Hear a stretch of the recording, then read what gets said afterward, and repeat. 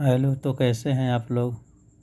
हम आशा करते हैं कि संकट मोचन की कृपा से आप सभी लोग बहुत ही अच्छे होंगे। आज एक टॉपिक है, बहुत इंटरेस्टिंग टॉपिक है और बहुत ही मज़ेदार टॉपिक है।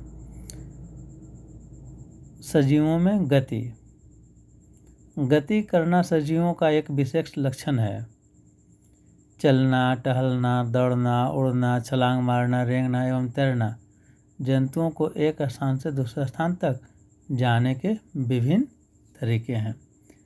लेकिन इसके अतिरिक्त शरीर का कोई न कोई भाग गति करता रहता है।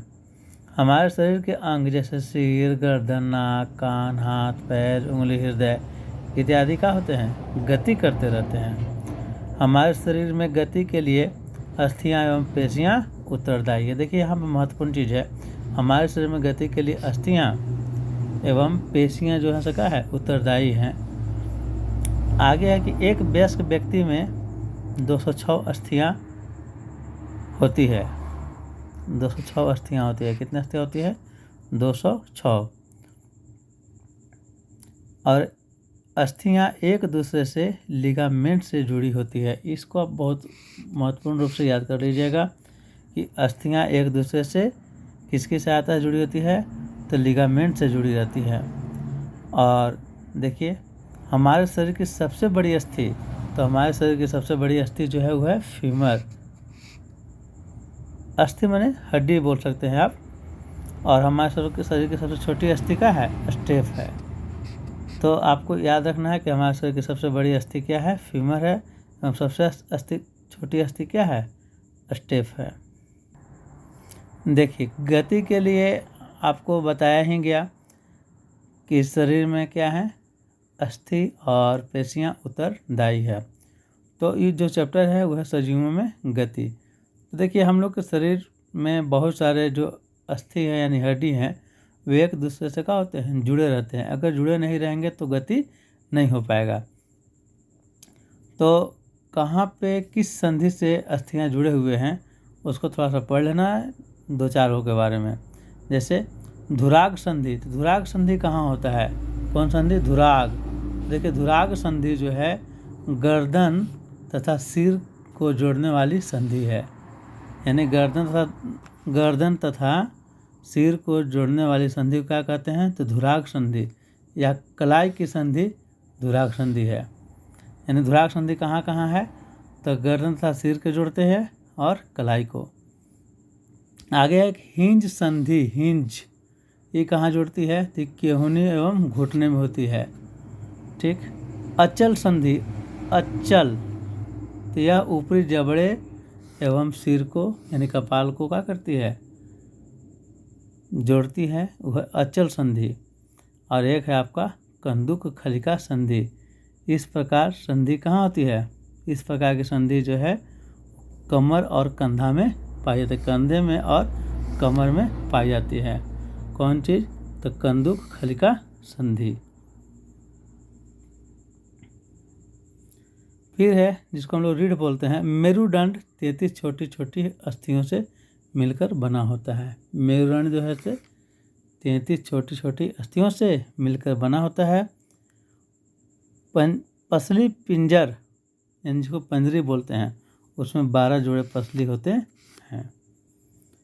यहाँ पे एक इम्पोर्टेंट चीज़ है कि प्रसिद्ध ग्रीक दार्शनिक अरस्तु ने अपनी पुस्तक गैट ऑफ एनिमल्स, देखिए यहाँ पे इसको ध्यान रखिएगा, गैट ऑफ एनिमल्स किसकी पुस्तक है? तो अरस्तु की। तो गैट ऑफ एनिमल्स में शरीर के विभिन्न भागों की गति से संबंधित प्रश्नों के उत्तर खोजने का प्रयास किया। किसने? तो अरस्तु ने। कौन बुक में? तो गैट ऑफ एनिमल्स में। फिर है घोंघा पेशीय पाद की सहायता से चलता है। घोंघा किसके साथ चलता है? तो पेशीय पाद की सहायता से। फिर देखिए केंचुए में गति शरीर की पेशियों के बारी बारी विस्तारण एवं संकुचन से होता है। सर्प अपने शरीर के दोनों ओर एकांतर क्रम में वलय बनाते हुए भूमि पर वलयाकारी गति करते हैं। कौन? तो सर्प। ये आपको याद रखना है। अब इसके बाद देखेंगे इसका हम लोग अभ्यास। तो अब आप इसका अभ्यास को देखिए और कोशिश कीजिए कि आप इसका प्रश्न आंसर खुद करें। पहला प्रश्न है, मानव खोपड़ी में कौन सी संधि है? तो देखिए, मानव खोपड़ी जो है उसमें आपका अचल संधि है। कौन संधि है? अचल। सर्प किस अंग से गति करता है? तो सर्प संपूर्ण शरीर से गति करता है। कंधे में पाई जाने वाली संधि है। तो कंधे में पाई जाने वाली संधि जो है वो है कंदुक खलिका संधि।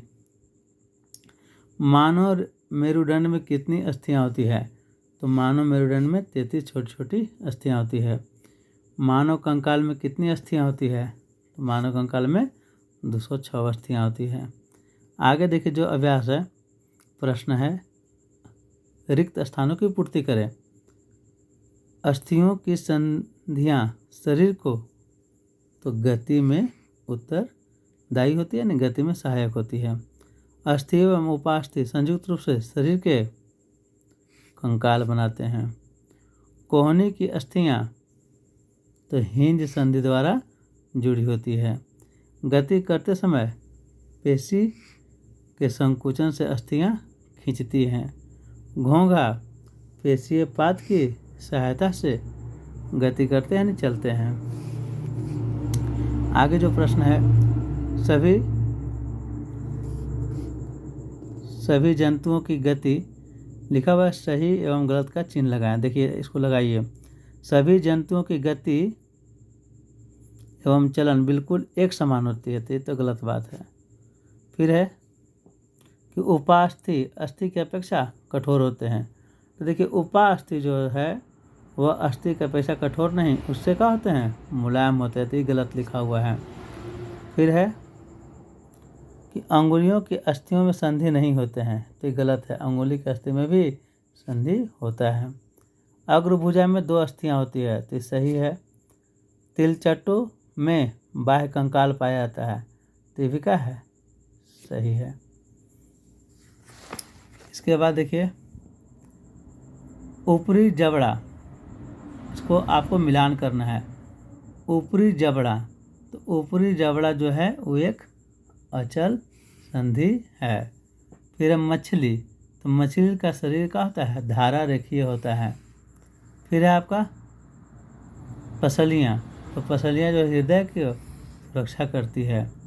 फिर है घोंघा, तो घोंघा बहुत धीमी गति से चलता है और तिलचट्टा हवा में उड़ सकता है। तो इस प्रकार से इसका अभ्यास कंप्लीट हो गया।